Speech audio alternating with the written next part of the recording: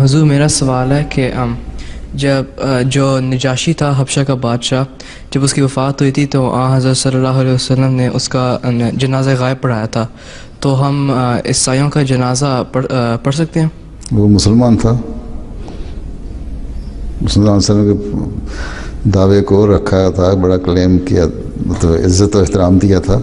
دل میں سے اس کو تھا۔ آن وسلم کو تو اللہ تعالیٰ نے بتا دیا تھا نا،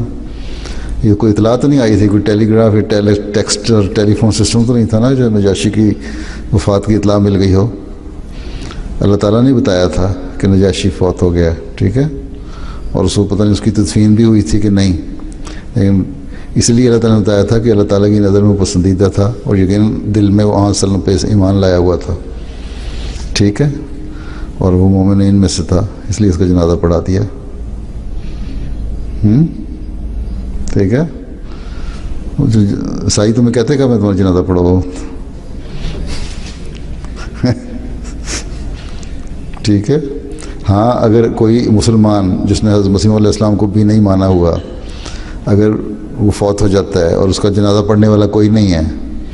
ہے تو پھر احمدیوں کو اس کا جنازہ پڑھنا چاہیے، ٹھیک ہے، کیونکہ حضرت صلی اللہ علیہ وسلم پہ ایمان لانے والا، کلمہ طیبہ پڑھنے والا کوئی شخص بغیر جنازے کے دفن نہیں ہونا چاہیے۔ اگر احمدی کو پتہ لگے تو یہ ہمارا اخلاقی فرض ہے،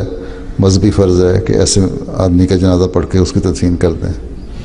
ٹھیک ہے۔ عیسائیوں کو تو جنازے کی ضرورت ہی کوئی نہیں، وہ تو اپنی سروس کرتے ہیں، پتہ نہیں کیا کرتے ہیں۔